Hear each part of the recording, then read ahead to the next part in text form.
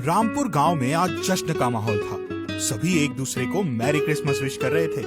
सोनू भी रानी को विश कर रहा था। रानी, मैरी क्रिसमस, चलो ना मेरे घर, मिलकर क्रिसमस मनाएंगे। रानी ने बड़े अनमने तरीके से सोनू को विश किया, मैरी क्रिसमस। और ना चाहते हुए भी रानी सोनू के बार बार कहने पर उसके साथ उसके घर चल गई। दरअसल सोनू गरीब था, इसलिए कोई भी उसके साथ नहीं रहना चाहता था। जब रानी सोनू के घर पहुंची तो क्रिसमस की तैयारी देख काफी गुस्सा हो गई। सुनो, ये कैसा क्रिसमस ट्री है, इतना छोटा। इससे ज्यादा बड़े तो बच्चे के खिलौने होते हैं। ऐसे क्रिसमस ट्री के साथ मैं मनाऊंगी क्रिसमस। तभी उस गांव के सबसे अमीर घर का लड़का राहुल वहां आ गया।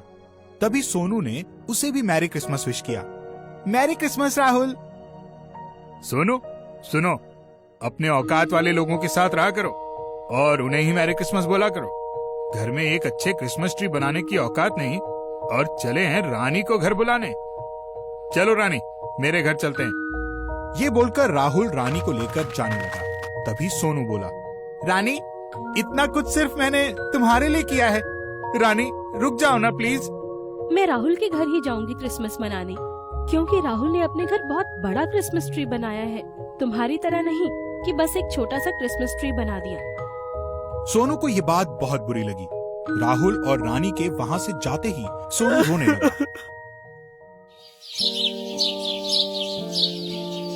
गांव के ज्यादातर बच्चे भी राहुल के घर ही चले गए। राहुल अपने घर में गांव के सभी बच्चों के साथ बढ़िया पार्टी कर रहा था। एक बड़े से क्रिसमस ट्री के आसपास ढेर सारे बच्चों के साथ क्रिसमस मना रहा था, डांस कर रहा था। इधर सोनू रोते रोते ही घर के बाहर सो गया। तभी सोनू की माँ सोनू को ढूंढते हुए घर से बाहर निकली। सोनू, बेटा सोनू, कहाँ हो तुम? काफी रात हो गई है, कहाँ हो? तभी उसने सोनू को घर के बाहर सोया हुआ देखा। वो काफी घबरा गई। उसने तुरंत सोनू को उठाकर अपने गोद में लिया। सोनू भी माँ की गोदी से लग रोने लगा। माँ, हम लोग गरीब क्यों हैं? हम लोगों की भी औकात बड़ी क्यों नहीं है? हम लोग क्यों नहीं एक बड़ा सा क्रिसमस ट्री ला सकते? सोनू की माँ ने उसे बहुत समझाया। बहुत जल्द हम लोग भी अमीर होंगे। देखना, आज रात ही सेंटा तुम्हें ढेर सारा पैसा देकर जाएगा। तुम मुझसे बड़ा सा क्रिसमस ट्री भी मांग लेना। राहुल के क्रिसमस ट्री से भी बड़ा?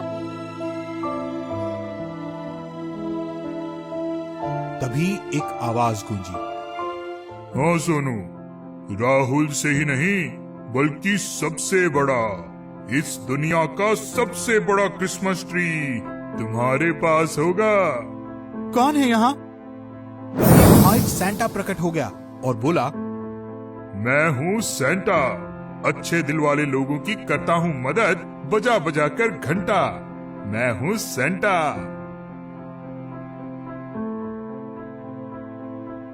तभी सेंटा ने घंटा बजाना शुरू कर दिया। घंटा बजते ही देखते सोनू के घर के सामने एक बहुत ही खूबसूरत और बहुत बड़ा क्रिसमस ट्री खड़ा हो गया। इतना ऊंचा कि उसकी ऊपर की टहनी सीधे चांद को छू रही थी।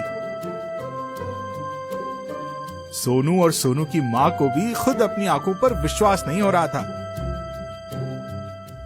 तभी सेंटा ने बोला, सोनू, अब तुम हो ना खुश? अब रानी को बुलाकर कर लो गुगली गुगली वुश। अब चला सेंटा, बजा के अपना घंटा। और हाँ, एक बात और, दिल में रखना अच्छाई, तभी साथ देगी सच्चाई।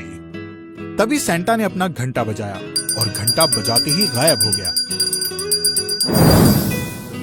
जल्द ही पूरे गांव में ये बात आग की तरह फैल गई।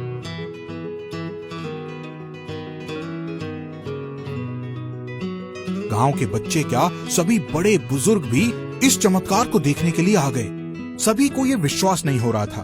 उधर जब राहुल और रानी को ये बात पता चली तो वो दोनों भी सोनू के घर पर दौड़ते हुए पहुंचे। तभी रानी ने राहुल का हाथ छोड़ा और सोनू के पास जाकर उसका हाथ पकड़ लिया। सॉरी सोनू, मुझे माफ कर दो। कोई बात नहीं, चलो क्रिसमस मनाएं। सोनू और रानी दोनों उस बड़े से क्रिसमस ट्री के साथ क्रिसमस मनाने लगे। राहुल ये सब देखकर काफी गुस्से में आ गया और वहां से चला गया। सभी बच्चे खुशी खुशी क्रिसमस मनाने लगे। सोनू और सोनू की माँ ने सेंटा को मन ही मन बहुत धन्यवाद दिया।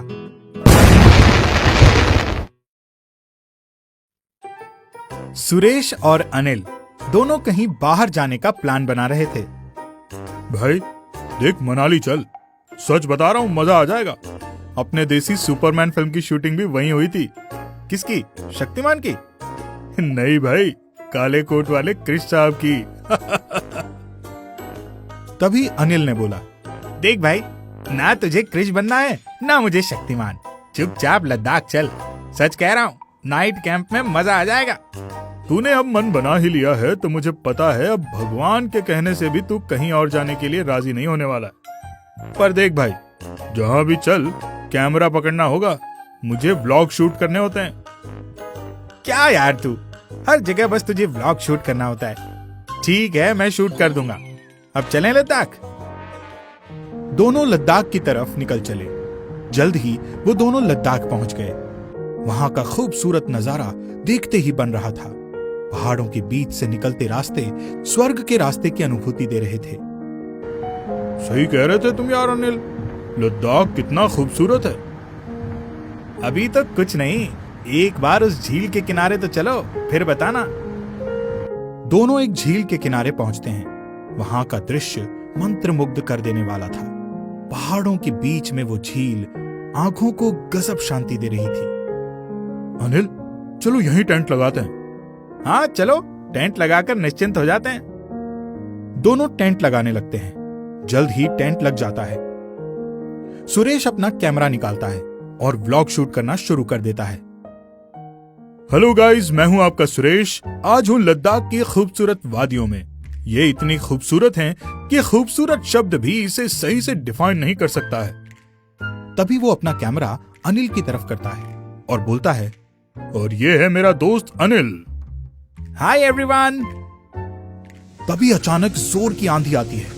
सुरेश के हाथ से कैमरा छूटने लगता है। वो किसी तरह कैमरा संभालता है।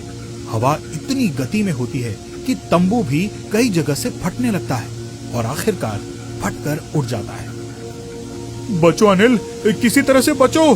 पता नहीं अचानक ये आंधी कहां से आई। थोड़ी देर बाद आंधी धीरे धीरे थम जाती है। यार सुरेश, ये आंधी क्या सिर्फ हमारा तंबू उड़ाने आई थी? अब रात भी होने वाली है, क्या करें यार? करना क्या है, चल आसपास कोई तो गांव मिलेगा ही। दोनों तुरंत वहां से चल देते हैं। जल्द ही वो दोनों एक गांव में होते हैं। अरे कहीं से दिल्ली वाले छोले भटूरे की खुशबू आ रही है।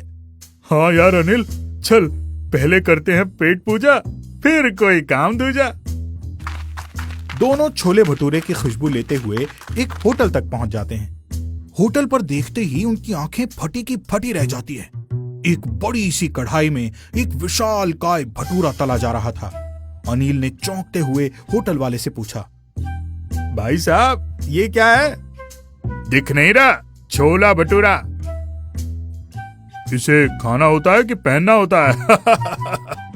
अच्छा चलो एक प्लेट खाने को दो।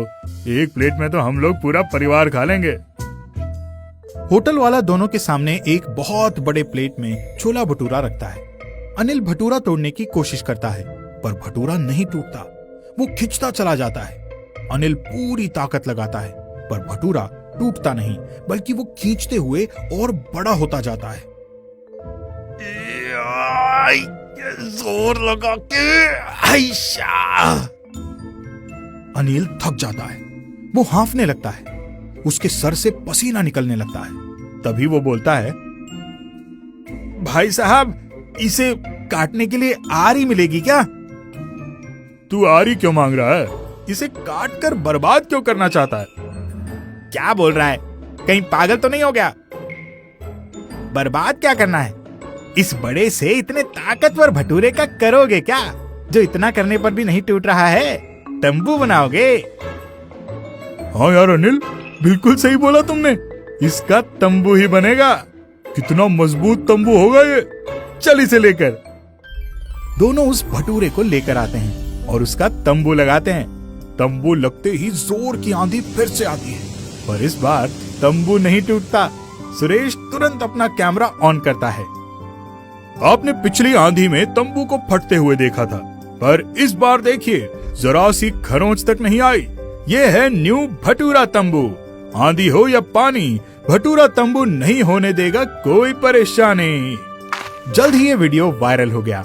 लद्दाख आने वाले हर एक सैलानी भटूरा तंबू की डिमांड करने लगे। जल्द ही उस होटल वाले की बिक्री बढ़ गई। सभी भटूरा तंबू लगा कर रहते और वीडियो बनाते। इन सब बातों से होटल वाला बहुत खुश हुआ और उसने अनिल और सुरेश को बहुत बहुत धन्यवाद दिया।